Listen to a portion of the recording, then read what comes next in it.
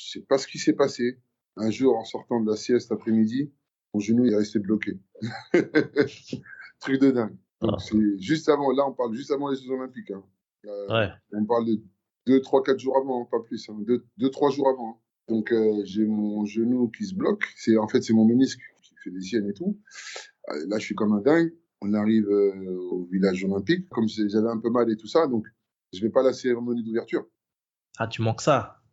J'ai pas manqué. Bon, c'était un peu volontaire aussi. Hein. J'étais Ouais, fatigué. Je me suis dit, c'est pas grave, je vais regarder. Bon, avec le temps, maintenant, j'aurais peut-être dû y aller ouais. pour voir un peu l'ambiance et tout ça. Mais dès qu'on est arrivé, dès qu'on est rentré dans le village, c'est impressionnant parce que le village, il est énorme. Hein. Et là, tu croises vraiment tous les athlètes. Michael Johnson, tout ça, là. Tu croises tous les athlètes. Et à chaque fois que je voyais des athlètes super connus, tout ça, je m'arrêtais. Je Ouais. regarde, ça va bien. J'ai changé et tout ça. Ouais. Et là, non, franchement, c'était mortel. Donc, à la suite de ça, on fait le premier entraînement où j'ai super mal, au ménisque et tout, ça n'allait pas trop. Et malgré ça, quand même, je fais le premier et le deuxième match avec la douleur au ménisque. Je crois que c'est je fais un match, deux matchs, mais vraiment mal, quoi. Et à la suite de ça, c'est là qu'on fait une IRM là-bas et qu'on voit que c'est le ménisque. Donc, Ouais. jusqu'au match contre la Chine où ça me faisait super mal. Je me souviens que il y a le médecin de l'époque là de l'équipe de France qui voulait m'infiltrer.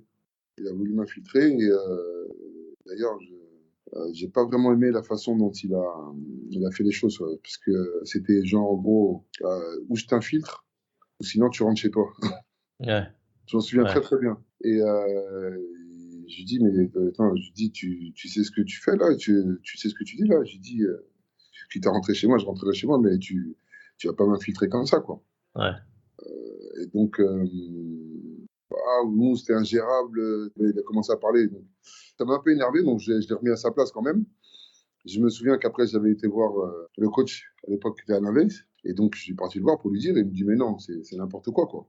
Donc, Ouais. ça m'a quand même calmé. Et au fur et à mesure du temps, la douleur a commencé à partir et tout ça. Et j'avais de moins en moins mal. Mais on était déjà parti, on était déjà un peu loin dans la compétition.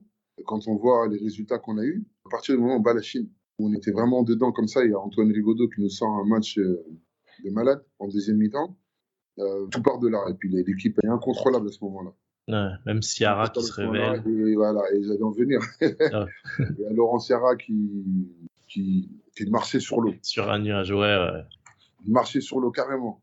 Et vraiment, il nous a portés jusqu'à la médaille. Il faut dire la vérité. Il nous a portés jusqu'à la médaille.